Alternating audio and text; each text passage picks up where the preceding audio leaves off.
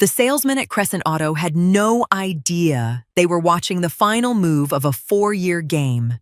Neither did I, fully. Not until I picked up that pen. I had been in that dealership before, twice. The first time was just to look, to confirm the car was still exactly what I remembered. The second time was 3 weeks ago, to arrange everything quietly, registration, insurance, the specific paperwork sequence that would keep the title exactly where I needed it until I decided otherwise. That second visit, I told the floor manager my name is Desaline Gibson, that I was a senior loan officer at Fidelity Trust, and that I did not need financing. He stopped talking and started listening. That is usually how it goes. This morning, the morning of my daughter Shalene's birthday party, I was back to sign the final documents. The salesman, a young man named Trey, with an eager handshake, slid the folder across the desk like he was presenting something fragile. I opened it without ceremony. 15 years of approving mortgages, restructuring accounts, and closing bad loans will do that to a woman. Paper does not impress me. What is written on it does. I moved through each page. Initial here, sign there, date, witness line. Trey kept congratulating me between pages the way young people do when they cannot read a room. She's going to love it. I smiled without looking up. I know she will. And I did know. I had known since Shalene was 19 years old, sitting cross-legged on my living room floor with a glossy magazine open across her knees. She had pressed her finger against a photograph of a silver Lexus ES and said, "Mama," one day. Not to me specifically. Just out loud, the way young people announce their dreams to whatever room will hold them. I had looked at her from the kitchen doorway and said nothing. But I remembered. I always remembered everything about my children. That was the version of me that walked into this dealership this morning. The mother who remembered. I want you to understand that, because the woman telling you this story now is not entirely the same person. Something shifted between that showroom and the parking lot of that party venue. I will get to that. My phone vibrated once against the desk. I turned it over. A message from my younger daughter, Sandra. "Everything's in place. I'm ready when you are." I read it twice. Set the phone face down. Kept signing. Trey handed me the final copy of the registration in a sealed envelope. "Should I put a bow on the windshield?" I looked at him for a moment. "No," I said. "She'll know what it means without one."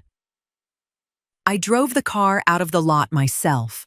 My own vehicle left temporarily with the dealership's valet arrangement. The Lexus handled exactly the way I expected. Smooth, precise, no resistance. The drive to the party venue took 11 minutes. Before I go any further, if you're watching this, drop the time in the comments. I want to know what hour of the day my story found you. I turned into the venue parking lot and immediately saw Leroy's black Tahoe parked near the entrance. Not in a guest spot. Positioned. The way a man parks when he believes the space belongs to him. I cut the engine. Sat for a moment with both hands still on the wheel. 4 years. Let's finish this. I have walked into hundreds of rooms in my life and read them before I crossed the threshold. Loan officers learn that early. The temperature of a space, who holds the weight in it, who is performing comfort they do not actually feel. That skill saved me professionally more times than I can count. Walking into Shalene's birthday party, it saved me something else entirely. The venue was a private dining room at a restaurant she liked. Warm lighting, round tables dressed in cream and gold. About 30 guests already settled into the ease of a Saturday afternoon. Music low enough for conversation. A bar cart near the back wall. Everything tasteful. Everything paid for, I noted, with money that had passed through my hands at some point upstream. Shalene was near the center of the room when I walked in. She was laughing at something a woman beside her had said, her head tilted back, one hand pressed lightly to her collarbone the way she had done since she was a teenager. She was beautiful. She has always been beautiful. I want to be clear about that, not because it excuses anything, but because it matters that I saw her fully even then. Not as a problem, not as a disappointment, as my daughter. Even knowing what I knew, she spotted me and her face opened, not gradually, immediately. She crossed the room and pulled me into a hug that felt real, not performed, real. She smelled like the perfume I bought her last Christmas, the one she said she was saving for something special. "You look amazing, Mama." I held her a moment longer than the moment required, not clinging, just holding. "So do you, baby. Happy birthday." When I stepped back, there was a flicker, small enough that most people would have missed it. Her eyes moved past me for a fraction of a second, then returned. Not avoidance, not fear, just a check. The kind people make when they are aware of something else in the room they have not yet named out loud. Then it was gone. I was still holding her hand when I saw Leroy. He was working the far side of the room, hand resting easily on a man's shoulder, laughing at exactly the right moment, drink held loosely like a man without anything pressing on him. He had a gift. I will give him that. He could make any room feel like it had always been waiting for him. 4 years of watching him do it had not made it less effective. It had only made it easier to read. He turned and saw me. The smile came immediately. Practiced. Warm enough to carry across a room. But I have spent too many years watching faces arrive at expressions to miss the half-second before it settles. In that half-second, there was a shift. Not surprise, not discomfort. Adjustment. The look of a man confirming that something he had already accounted for had now taken its place. He crossed the room with his hand extended. "Dessalines, glad you made it." I took his hand, held it 1 beat longer than comfortable, not long enough to draw attention, just long enough to register. Leroy. Wouldn't miss it. His eyes moved once, toward the window facing the parking lot. I had already noted which window showed the Lexus. He looked back at me and smiled again.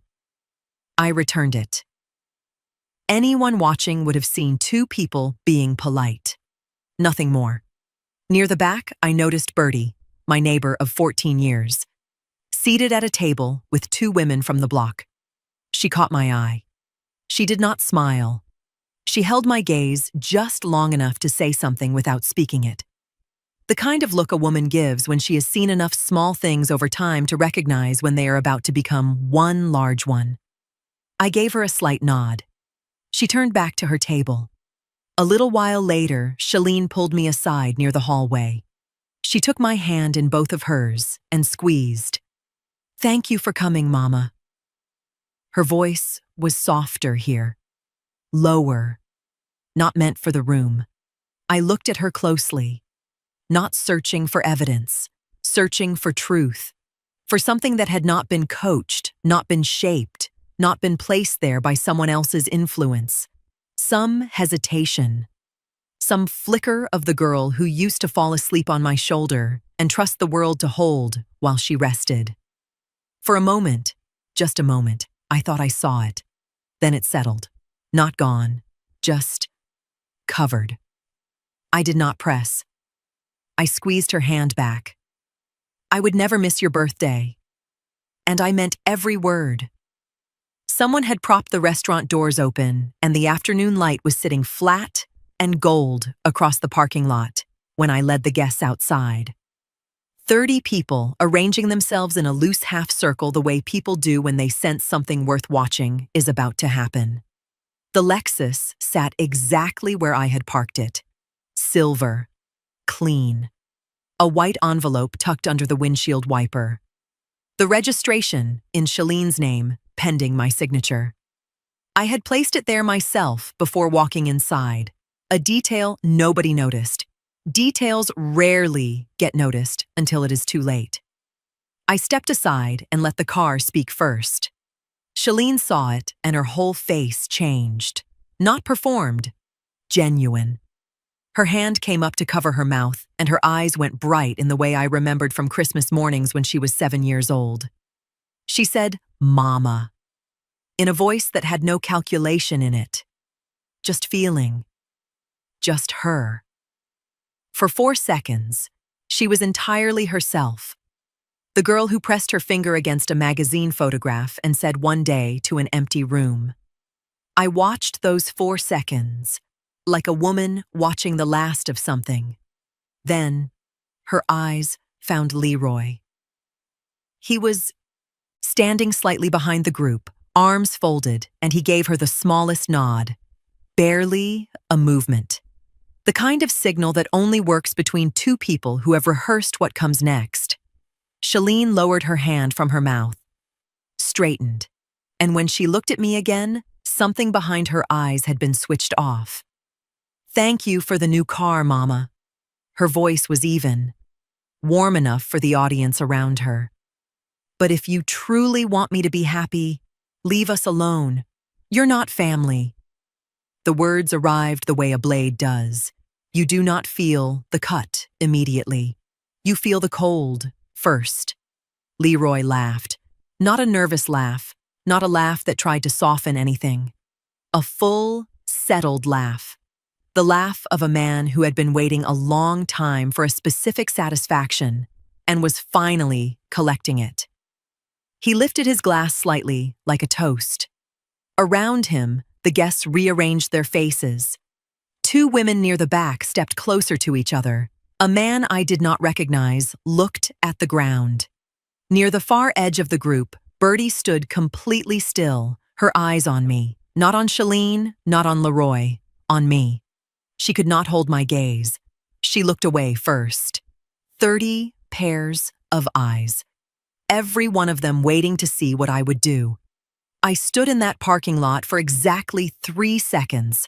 I counted them the way I count everything, quietly, precisely, without letting it show on my face. Then I smiled, not because I was hurt and hiding it, not because I was holding myself together. I smiled because the thing I had come here to finish was finished. Every document, every arrangement, every quiet decision made over 4 years was already in motion. They just did not know it yet. "Enjoy the car, baby." I turned and walked to my own vehicle. The dealership had returned it to the lot that morning, parked 3 spaces from the Lexus. I got in. I did not look in the rearview mirror. That was the last time they saw that version of me. The woman who would walk into any room, absorb anything, and smile on the way out because she still believed love was enough. I buried her in that parking lot. What walked out was something else entirely. I did not cry. I picked up my phone and dialed. 1 ring. Sandra answered. "It's done," I said. "Go." The drive took 23 minutes. I know because I counted those too. No music, no phone calls beyond the one already made. Just the road and the particular quiet that settles over a person when something long and heavy has finally been set down. I want to tell you what those 4 years looked like from the inside. The first time I met Leroy Greer was at a dinner Shalene arranged at a restaurant she could not yet afford. He stood when I walked in, good manners, well practiced, pulled out my chair, called me ma'am twice in the first 5 minutes. Charming, fluent in the language of making older women feel respected. But then he said something that stopped me cold. Shalene had mentioned casually that I worked in banking. And Leroy leaned across the table with that easy smile and said, "A woman like you must know exactly how to make money disappear when it needs to." He laughed immediately after, made it a joke. Shalene laughed too. I smiled and said nothing, but I heard it. 30 years in finance teaches you that the truest things people mean arrive dressed as humor. I drove home that night and sat at my kitchen table for a long time, not panicking, thinking. The way I think before I decline a loan application, carefully, without emotion, based entirely on what the numbers are telling me. He had the profile, charming, financially vague, uncomfortable with documentation, a man who wanted proximity to resources he had not earned. I had approved and rejected enough people in my career to know the type before they finished their first sentence. So I did what I do. I started quietly. The house was the first thing. 18 months ago, I contacted a private real estate agent, not anyone connected to our neighborhood, not anyone Shalene might encounter, and listed the property discreetly. That address had my name on it in his mind. Every asset attached to my name was a potential instrument in whatever he was building. I needed to remove them one by one without disturbing the surface. The sale finalized 2 weeks before the party. The new property, smaller, in a different part of the city, was purchased outright under a family trust. He had never heard referenced in 4 years of dinners and holidays and careful conversation. He did not know it existed. That was the point. The mortgage came next. When Shalene and Leroy needed a co-signer 2 years ago, I agreed. What I did not explain was the specific clause I had my attorney embed in the arrangement, a fraud disclosure requirement. If fraudulent activity was ever detected connected to the origination documents, the lender had full grounds to issue formal notice and initiate review. Leroy signed without reading past the first page. Men who rely on charm rarely read the fine print. 6 weeks ago, I called Lysander Mountain and restructured my estate. The will was rewritten. The protected trust was established. Whatever Leroy had planned to reach for when the time came, he would find nothing there with his name near it. The car title I kept in my name from the beginning. I always intended to give it to Shalene, just not while his hands were on everything she owned. I pulled up to a pale gray house on a quiet street and cut the engine. Before I reached the door, it opened. Sandra stood in the frame, still in her Saturday clothes, her eyes reading my face the way only a child who knows you completely can. "Is everything ready?" I asked. "Everything," she said. I stepped inside. "Then we have 48 hours. Sandra's kitchen table was not large, but we had made it work. Documents arranged in 3 columns, what had already been filed, what was scheduled, what was waiting on a single phone call. Lysander Mountain had been on standby since midday. The compliance department at Fidelity Trust had received the preliminary filing 2 hours before the party even started. The mortgage lender had a call locked in for 7 the next morning. Sandra sat across from me, her hands wrapped around a mug she had stopped drinking from. She was watching me the way she had watched me her whole life, quietly, without demanding anything, just present. That girl has never needed to fill silence with noise. It is one of the things I love most about her. I was reviewing the 3rd column when my phone lit up on the table between us. Shalene. Sandra saw it the same moment I did. The kitchen went completely still. I looked at the screen for a long moment. Shalene's name sitting there, pulsing. I thought about the parking lot, the speech, the 4 seconds before the nod. I thought about her hand squeezing mine in that hallway and her voice saying, "Thank you for coming." Mama, like she meant it, because part of her did. That was always the complicated truth about Shalene. She could mean 2 things at once and believe both of them. I answered, "Mama." Her voice was different from the one she had used in that parking lot. Smaller, the edges gone. She said she was calling to check on me, that things had gotten out of hand, that she hoped I understood she did not mean for it to go the way it went. She did not say, "sorry." She circled it the way people circle the thing they cannot bring themselves to land on. She talked for almost 2 minutes without asking me a single question. I listened to all of it. When she finished, the line was quiet. I could hear her breathing, waiting, needing to know the door was still where she had left it. "I love you," I said. "I always have." I ended the call. Sandra was staring at me from across the table. Her mug was still. Her eyes were asking the question her mouth had not formed yet. "What are you going to do?" she finally said.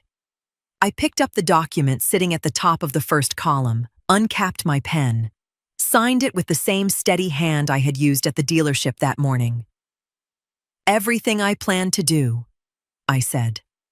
Sandra exhaled slowly. Not relief, exactly. More like a woman who had been holding something on behalf of someone else and had just been told she could set it down. We worked for another hour, quietly, efficiently, the way the two of us have always operated when something needed doing without ceremony. Then my phone rang again. Lysander Mountain. I put him on speaker. He spoke for 40 seconds. When he finished, I did not respond immediately. I set my pen down on the table. Flat. Deliberate. Sandra watched my face. I have been delivering and receiving hard information for 30 years. I know how to hear something without letting it move across my face. But whatever Lysander had just told me, something Leroy had done, that I had not uncovered in 4 years of careful watching. It moved. Just slightly. Just enough for Sandra to see it. "Mama," she said quietly. "What did he say?" I looked at my daughter across the table, and for the first time that entire day, I did not answer immediately. Lysander's words sat in the middle of that kitchen like something that had been dropped and could not be picked back up. I repeated them to Sandra slowly, not because I needed time to understand them. I had already done that in the silence before I spoke. I repeated them slowly because she deserved to receive them cleanly, without my reaction shaping what they were. The facts were enough. They did not need anything added to them. Leroy had been using Sandra's identity, not recklessly, not in a way that would draw immediate attention. The way these things are done when the person doing them intends to stay in place for a long time, carefully, in fragments, through access that looks like trust. Her information had been used as a secondary reference on accounts she did not control. Her name appeared on a small line of credit tied to an address she had never lived at. An application had been submitted in her name that never fully completed, just enough to create a record, not enough to trigger a full alert. Nothing large enough to set off alarms on its own. But patterns do not announce themselves all at once. They build. Over time, those small entries begin to lean in one direction. A missed verification here, a flagged inconsistency there. Enough to lower a score quietly, enough to make approvals take longer, enough to create friction that feels like bad luck until it stops being luck. He had not been trying to take from her all at once. He had been positioning her. If Sandra's financial record became unstable, even slightly, she would be occupied, confused, trying to understand why something that had always been steady suddenly required explanation. And while she was doing that, she would not be looking anywhere else. 2 daughters, 2 directions, neither one aware the other was being moved. Sandra listened to all of it without interrupting. Then she said, "How did he get my information?" I did not answer immediately. "How did he get my information?" she asked again. And this time I watched the question answer itself before I could speak. The guest book Shalene kept at her parties, full names, phone numbers, addresses written out in clear hand. The family contact sheet Leroy had circulated 2 years ago, presented as something responsible in case of emergencies. The afternoon Sandra had used Shalene's laptop to check her banking app, not thinking twice about who else had ever sat at that same machine. Small things, ordinary things. left in the open because no one had a reason to guard them. Collected by a man who treated information the way other men treat cash, something to be stored, arranged, and used when the moment required it. "Shalene," Sandra said, not sharply, not accusing, just the name, landing where it had always been leading. She was not angry. That was the part that shifted something in me. She was ashamed. Ashamed that she had not seen it. Ashamed that she had handed over pieces of herself without understanding what they could become in someone else's hands. Ashamed that she had sat at tables with him, passed him plates, asked him how his day had been, while he was building something around her that she could not see. She put her face in her hands. I let her. Some things do not need to be interrupted just because they are uncomfortable. They need space to settle into the body before anything can be done with them. When she lifted her head again, her eyes were dry.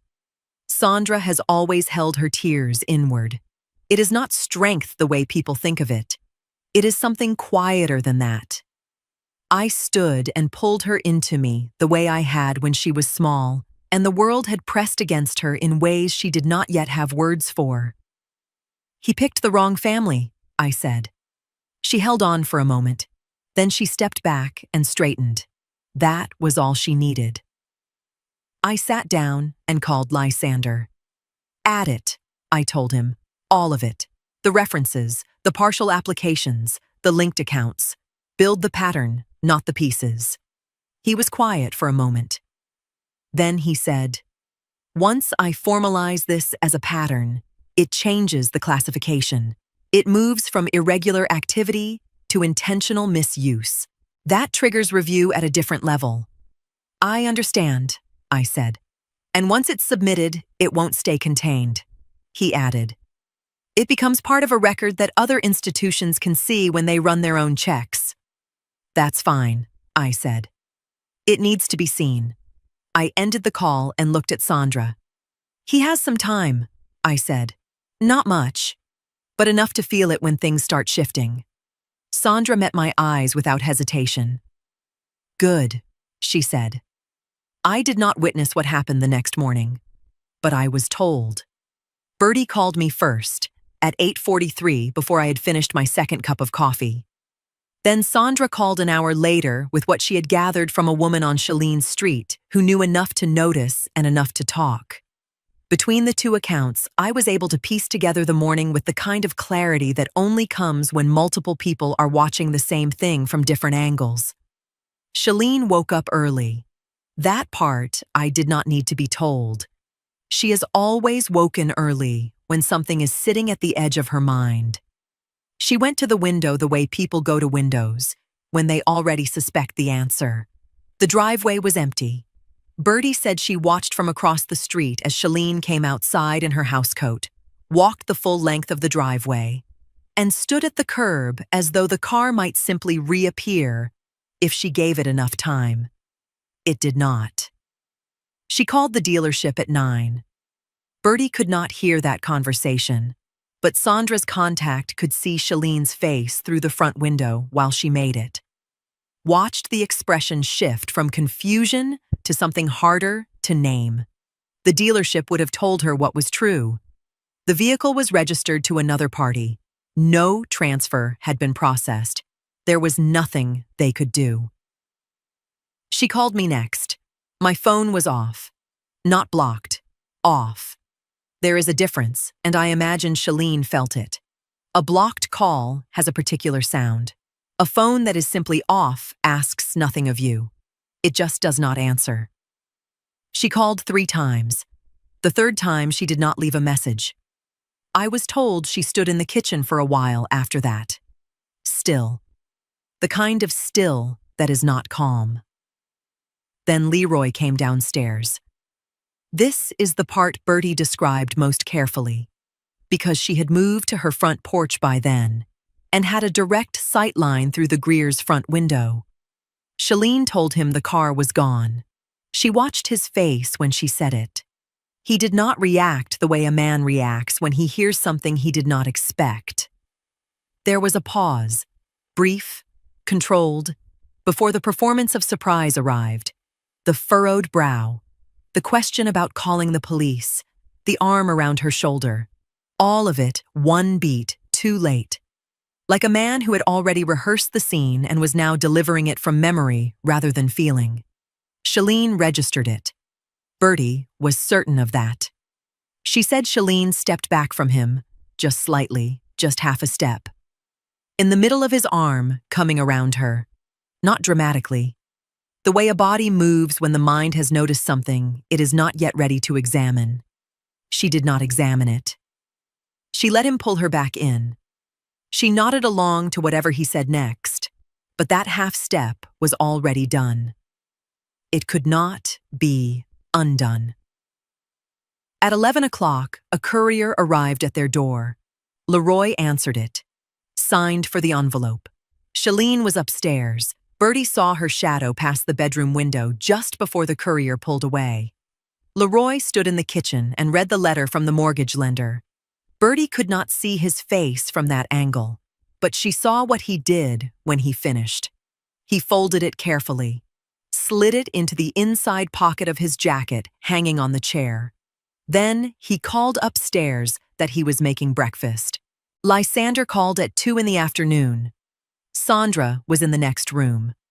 I sat at the kitchen table alone with the phone resting flat in front of me and listened to everything he had assembled. I have received difficult information my entire career without reaction. Foreclosure notices, fraud confirmations, numbers that quietly rearranged people's lives delivered in the same even tone as a weather report. This was different.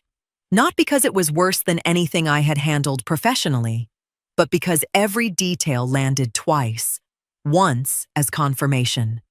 Once as the particular grief of a woman who had spent 4 years being right about something she had hoped, in private, she was wrong about.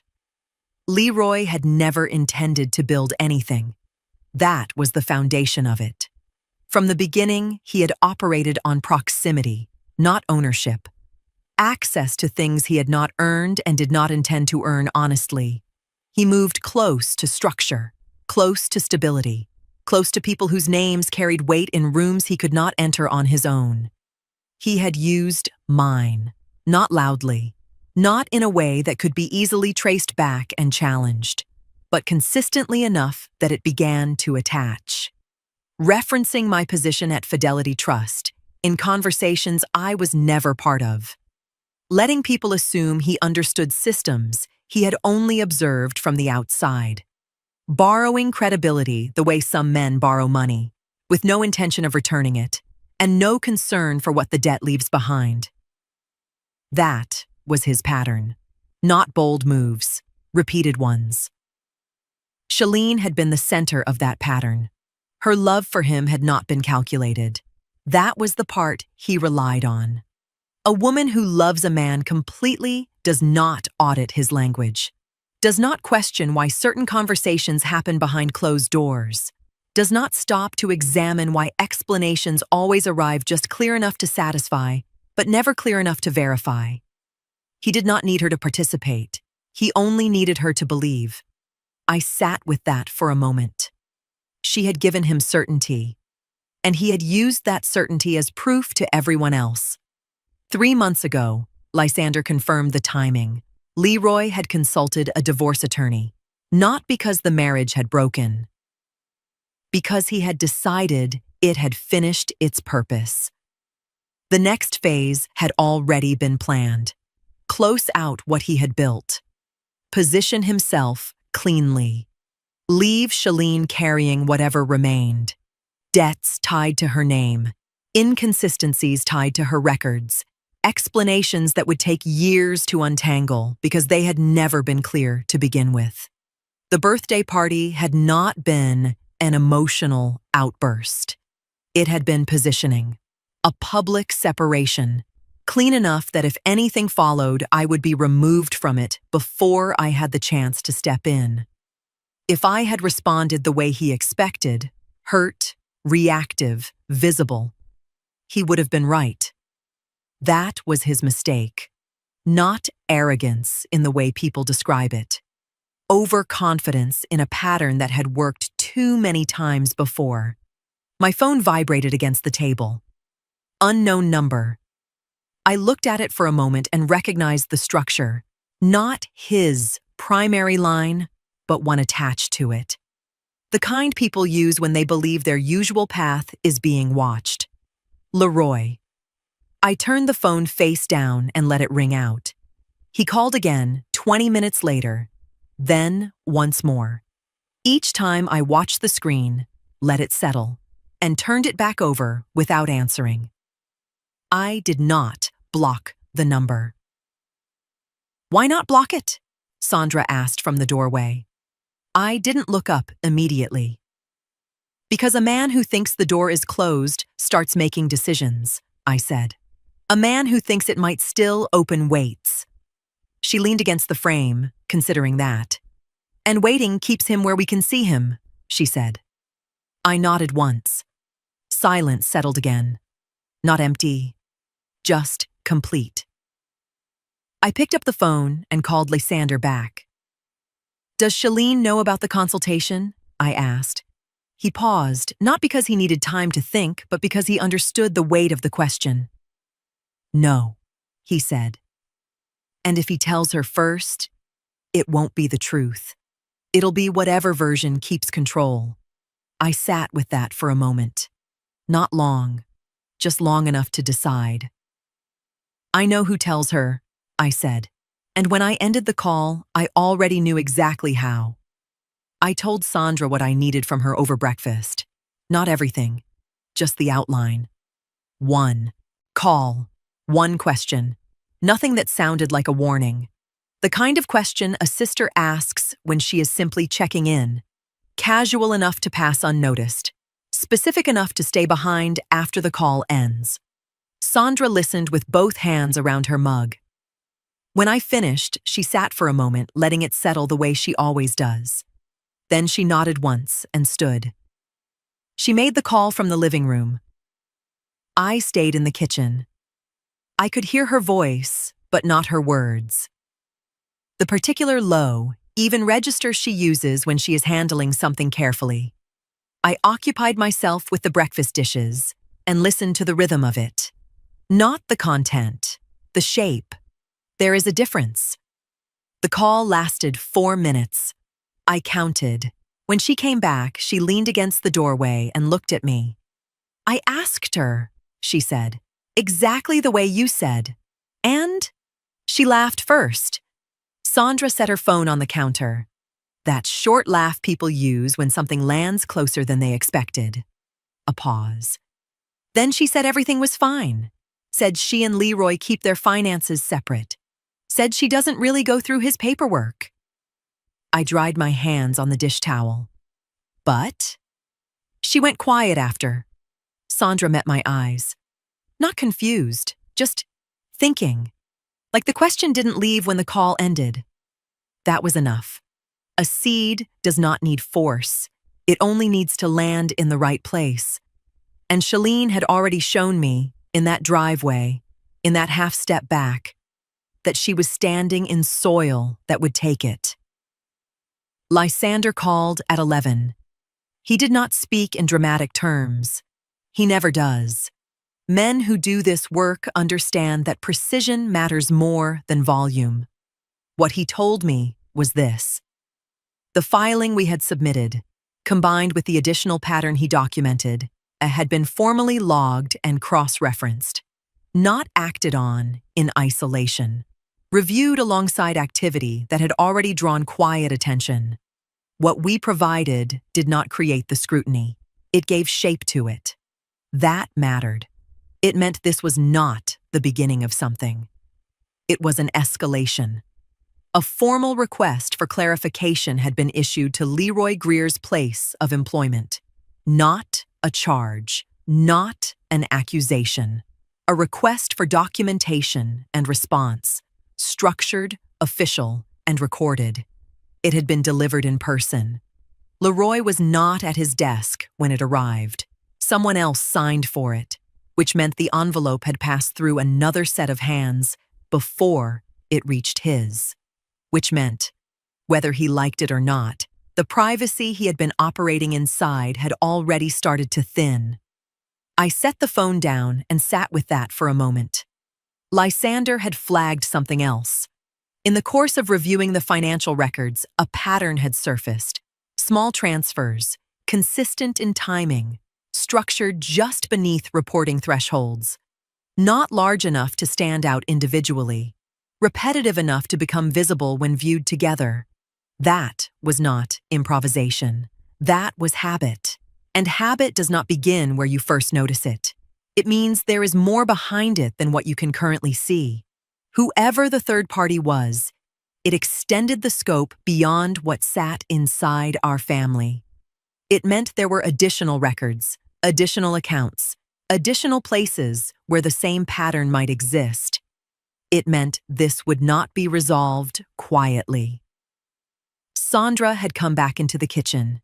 She was watching my face. "The request reached his office," I said. "Not him.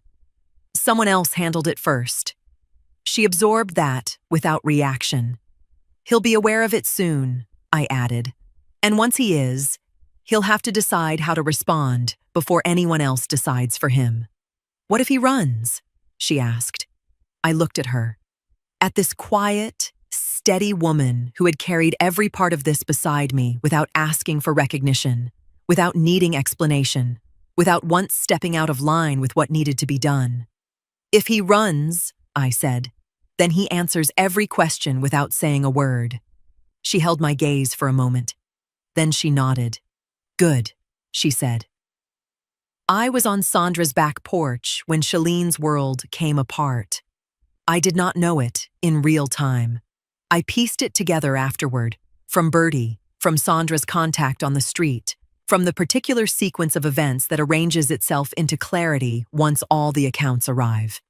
But sitting on that porch, in the early morning with coffee going cold in my hands, I felt something shift. Not dramatically, the way pressure changes before weather does. Sandra came out and sat beside me without a word. She did not ask how I was. She did not fill the quiet with anything. She simply brought her own coffee and sat close enough that our shoulders were almost touching, and let the morning be what it was. I want to tell you what that felt like. To finally set down something you have been carrying alone for 4 years. It does not feel like victory. It feels like the first full breath after a very long time of breathing around something lodged in your chest. The morning was ordinary. Birds, a neighbor's sprinkler somewhere down the block, Sandra's quiet presence beside me. And underneath all of it, the particular piece of a woman who has done what needed doing and is no longer waiting for anything. I did not know then what Shalene was doing in that same hour. She woke early again. That part came from Bertie, who had resumed her position of quiet observation without being asked. Shalene moved through her morning the way a person moves when they are trying to hold the shape of a normal day by force of will alone. Coffee, the window, the empty driveway she already knew would be empty but looked at anyway. She did laundry. That detail arrived from Sandra's contact, and it is the one that stayed with me longest. Of everything Shalene could have done that morning, she did laundry. The most ordinary domestic act. The kind of thing a woman does when she needs her hands occupied and her mind quieted. She gathered his clothes from the bedroom chair. The jacket he had worn the day before was among them. She checked the pockets the way you do before washing. Automatic. Thoughtless. Her hand closed around an envelope, then around a folded paper behind it. She stood in the laundry room and read the mortgage letter first. She did not understand every line.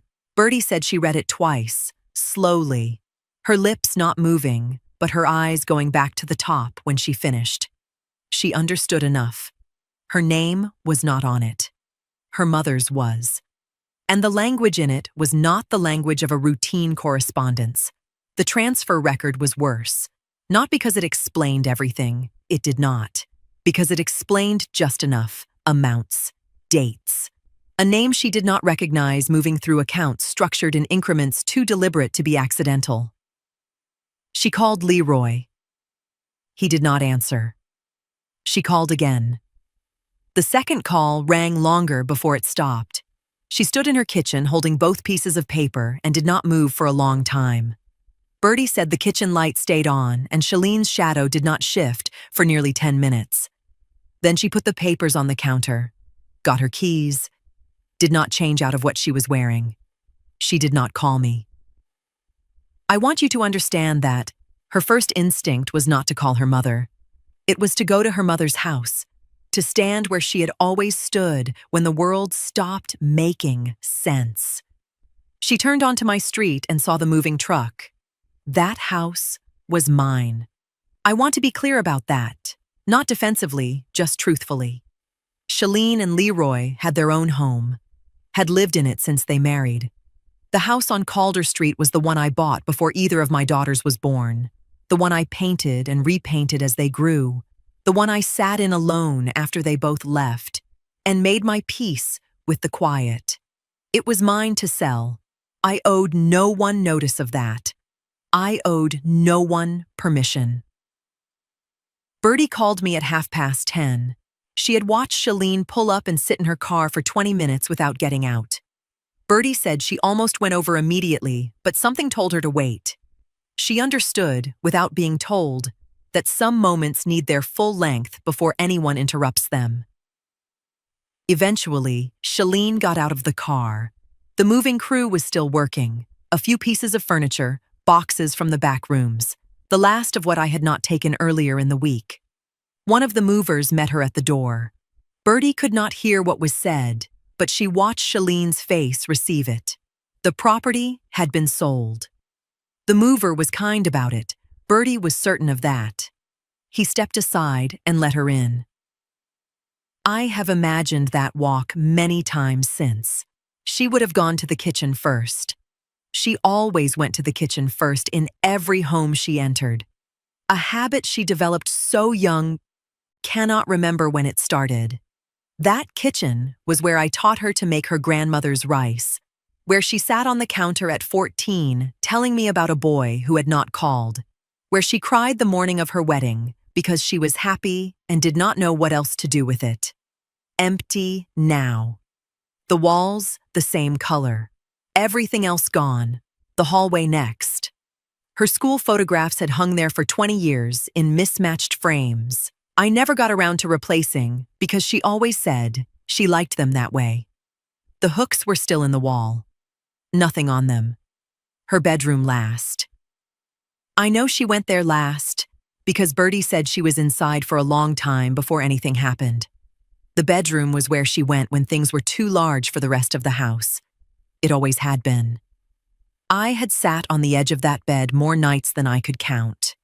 Through fevers, through heartbreak, through the specific grief of being 17 and believing the world had singled you out for difficulty. I had sat there and I had not fixed anything. I had only stayed. The room was empty and I was not in it. Bertie crossed the street when the movers stepped outside for a break. She knocked on the open front door and found Shalene in the hallway, one hand resting flat against the wall where the photograph hooks were. Bertie took her hand. She said what I had asked her to say if this moment ever came. Not a speech, not an explanation. Just the one thing I needed Shalene to carry out of that house. Your mother loved you every single day, even the days you made it hard. Bertie told me later that Shalene did not respond. She walked back to the bedroom and sat down on the floor. She stayed there for a while. Then her phone came out. She called Sandra. The first time in months. I was still on the back porch when I heard Sandra's phone ring in the kitchen. Sandra took the call in the kitchen. I stayed on the porch. I did not move closer to the door. I did not need to hear every word. I needed to let that conversation be what it was, without my presence shaping it. Some things between sisters have to breathe without a mother in the room. I watched the birds instead. Listened to the sprinkler down the block that had been running every morning since I arrived. Drank what was left of my coffee, even though it had gone completely cold. Sandra was in there for 19 minutes. When she came back out, she sat down in her chair and looked at the yard for a moment before she spoke. I have learned over many years not to rush Sandra when she is organizing what she needs to say. She does not waste words, and she does not deliver them before they are ready. She found more documents at the house, Sandra said. After she left here, she went back home. His office. She went through it properly this time. I nodded. His phone is still going to voicemail. She has called him 14 times. 14. I noted that without comment. She knows something is wrong, Sandra continued. Not the full shape of it yet, but enough. She used the word trapped. She said she feels like she is standing in a room and the walls have just moved and she cannot figure out when it happened. I looked at my hands around the cold mug. What did you tell her? Sandra was quiet for a moment. I told her one thing. I told her about the divorce consultation. The yard was very still. How did she receive it? She didn't say anything for a long time, long enough that I checked the line to make sure she was still there. Sandra turned to look at me. Then she asked me if you knew.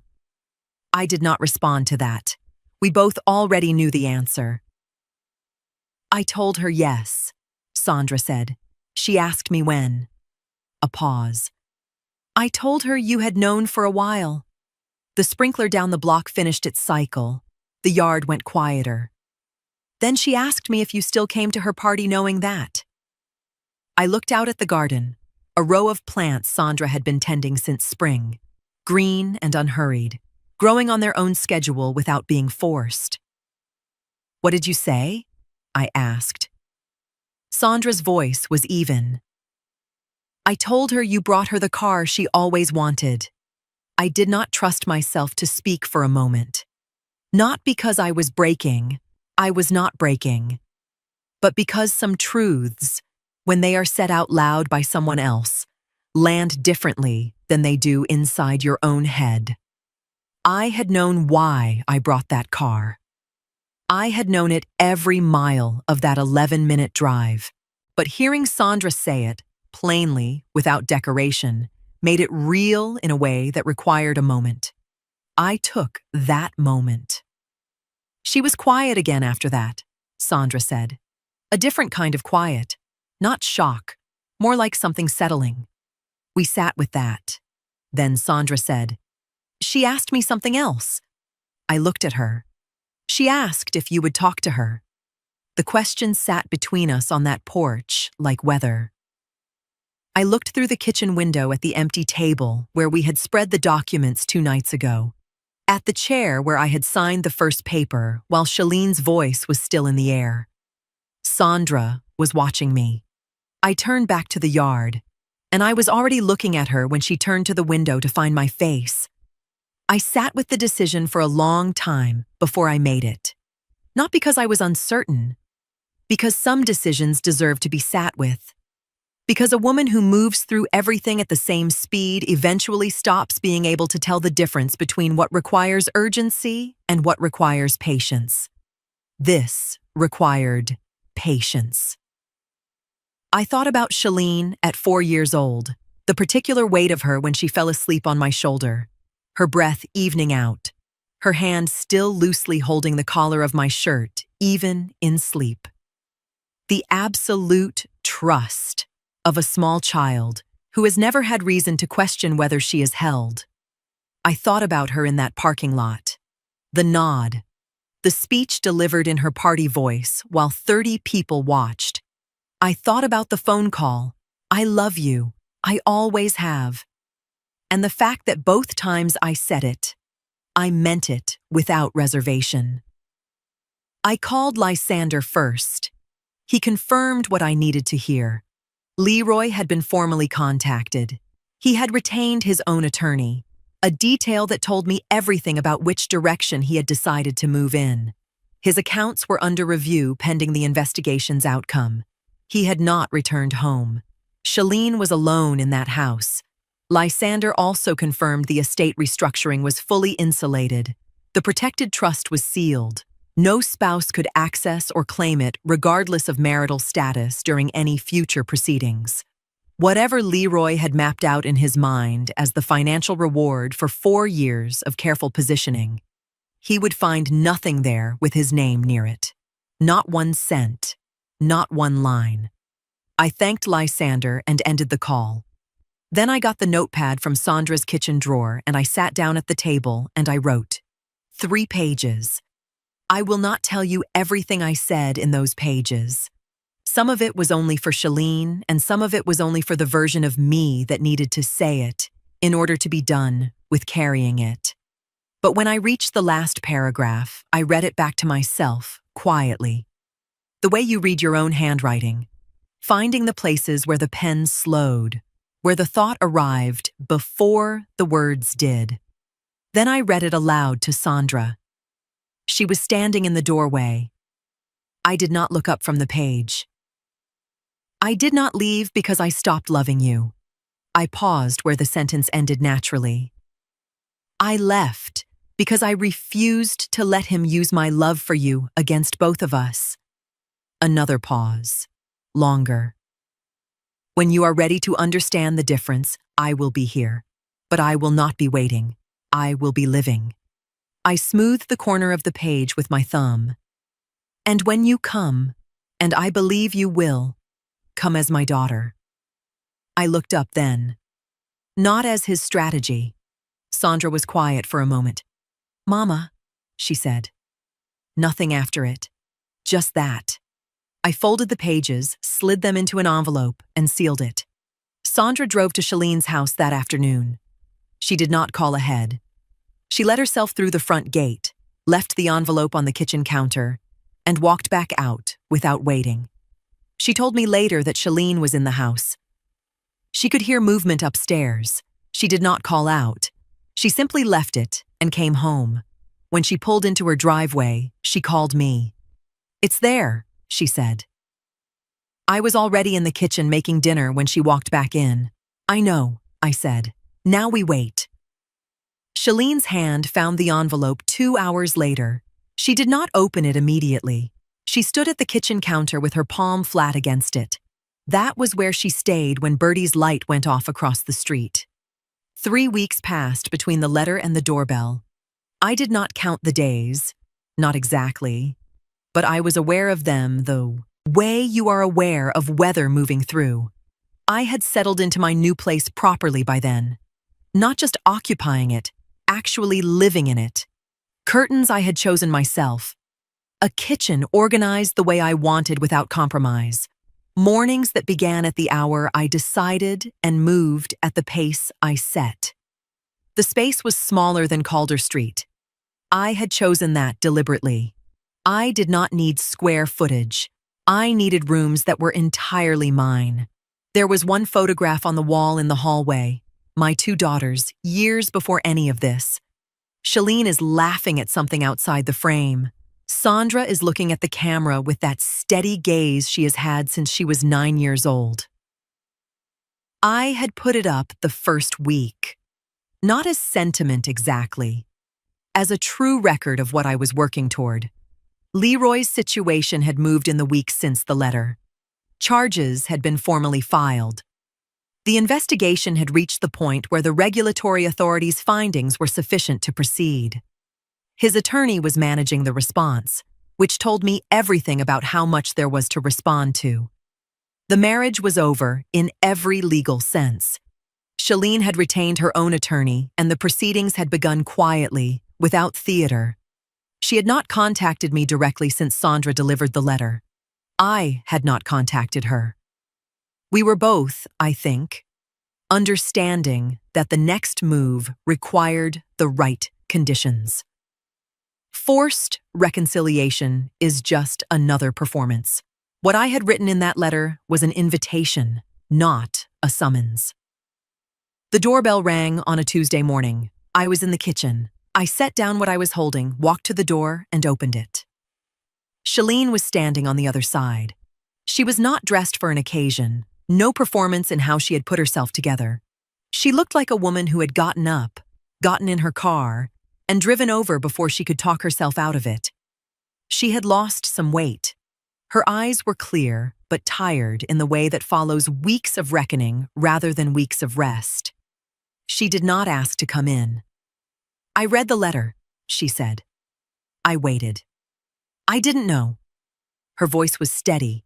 She had clearly said these words to herself many times on the drive over. "About any of it. What he was doing to you. To Sandra." She stopped, started again in a different place. "I thought you were the problem. I let him tell me that for 4 years, and I chose to believe it because it was easier than looking at what he actually was." "I know," I said. Her jaw moved. "I'm so sorry, Mama." I looked at my daughter, this woman I had known since before she had language, since before she had a name, since she was nothing but a presence making itself known. And I saw what 4 years of being someone's instrument had cost her. It was written in the tired behind her eyes, in the way she was standing on my porch without asking for anything. Just standing there, offering what she had, which right now was only the truth and the willingness to say it out loud. I stepped aside. "Come in," I said. "I just made coffee." She sat at my kitchen table, the new one, the one she had never seen before, and wrapped both hands around the mug the way her sister does, the way I do, the way the women in our family have always held hot things. She looked up at me. "What happens now?" I looked back at her, steady, clear, taking all the time I needed. "Now," I said, "we start from the truth." My daughter asked me what happened now, and I did not answer quickly, because the old version of me would have tried to fix the silence before it settled. I let it settle.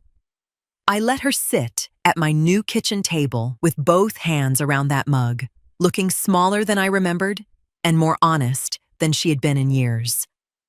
Then I told her the truth.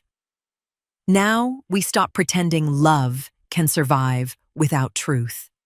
She looked down when I said it, not because she disagreed, because she finally understood that every soft thing between us had been carrying something hard underneath it.